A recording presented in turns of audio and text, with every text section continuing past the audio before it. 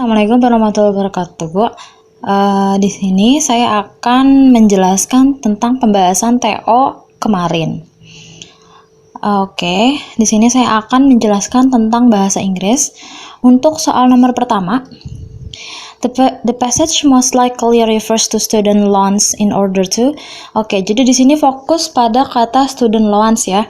Student loans kita cari di teks mana student loans ini di sini sudah digarisbawahi. Nah, di sini student loans di sini reverse-nya itu kepada paragraf yang ini. Kalimat pertama pada paragraf kedua. Nah, di mana di sini dimaksudkan tentang kalimatnya itu merujuk pada kenaikan suku bunga yang diberikan pada beberapa pinjaman pendidikan. Nah, student loan itu maksudnya pinjaman pendidikan ya. Dan setelahnya itu menyebutkan kenaikan biaya perumahan. Jadi mereka ini saling berkaitan. Nah, yang paling tepat adalah yang C. Kalau yang A kenapa? Karena ini di sini ada kata unreasonable, katanya tidak beralasan. Padahal sudah jelas sekali kenaikannya ini merupakan ada alasannya, yaitu karena peminjaman terhadap pinjaman pendidikan dan juga pada pinjaman perumahan. Yang B itu salah karena di sini ada kata are not really as bad. Padahal informasi atau masalah ekonomi pada kalimat ini merupakan cukup buruk ya dampaknya. Sedangkan di sini dibilangnya tidak terlalu buruk.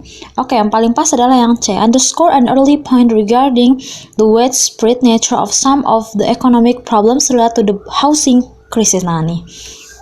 Jadi katanya poin-poin awal atau yang membuat terganggunya student loan ini juga karena ini relate-nya sama masalah tentang perumahan, krisis perumahan, masalah pinjaman di perumahan. Kita ke next number ya. Selanjutnya nomor 2, the author attitude towards the economic problems discussed in the passage could most accurately be described as. Jadi di sini kita fokus kepada perasaan si author ya. Kita cari kira-kira pada kalimat ini pada paragraf-paragraf ini, pada teks ini gitu. Gimana perasaan si author menjelaskan tentang masalah ekonomi yang ada di Indonesia? Kalau dilihat di sini cukup banyak banget kata-kata yang sekiranya bermakna negatif ya.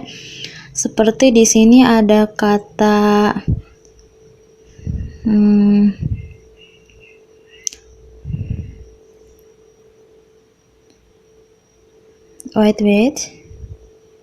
krisis. Terus ada kata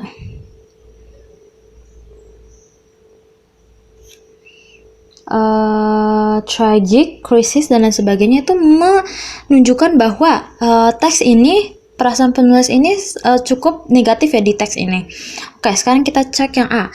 Yang A itu frenzied ire, itu maknanya kemarahan yang parah atau histeris. Sepertinya ini tidak berupa kemarahan yang sangat parah ya, lebih ke rasa yang tidak suka gitu. Coba yang B. Yang B ini lebih ke rasa sedih. Jadi calculated score itu maknanya kesedihan.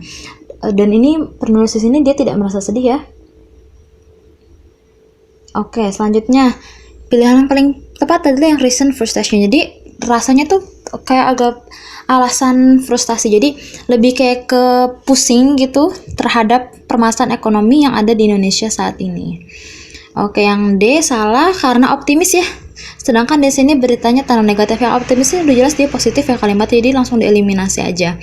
Terus yang E itu scholarly disdain, yaitu menghina. Di sini tidak ada kata menghina sama sekali, tidak ada kata yang memblame someone else, nggak ada. Jadi nggak ada tentang menghina orang lain. Sekarang yang nomor 3. Yang nomor 3 itu tentang according to the author of the passage, the entitled most likely to blame for the economic situation. Di sini garis bawah kata blame. Blame di sini adalah kata kunci untuk menjawab pertanyaan nomor 3. Blame di sini artinya menyalahkan siapa. Berarti di sini si penulis sebenarnya menuduh siapa gitu. Pada situasi ini kita harus baca kalimatnya dan cari kalimat yang seolah-olah si penulis ini menuduh gitu. Tapi sebenarnya kita buktikan dulu. Di paragraf awal mungkin ada di sini ada kata-kata segini.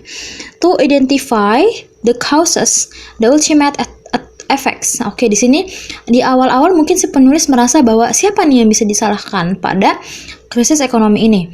Lanjut kita Di awal-awal mungkin penulis merasa bahwa penting untuk mencari pelaku yang dapat disalahkan atas masalah ekonomi ini.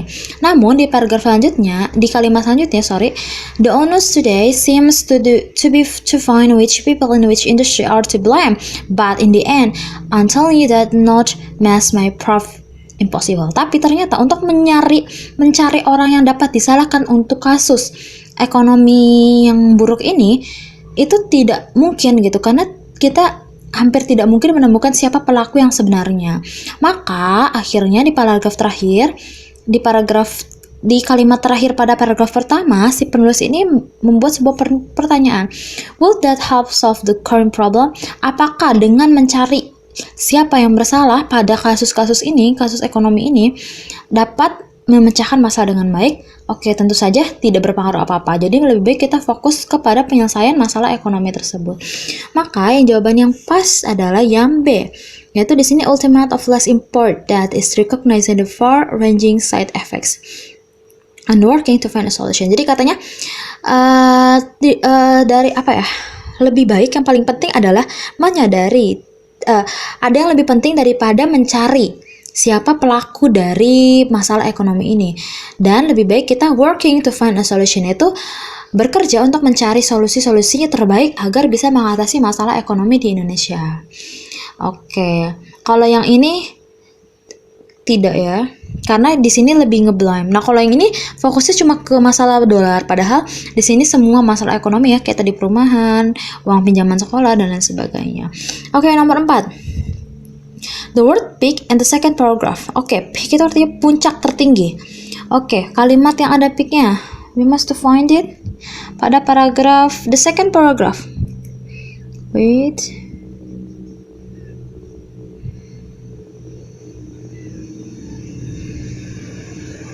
Nah, di sini. Also peak ya, peak. Sharply. The cost of student loans has also peaked sharply. Jadi katanya uang pinjaman dari biaya untuk pinjaman pendidikan itu naik dalam puncaknya. Jadi benar-benar puncaknya menaik.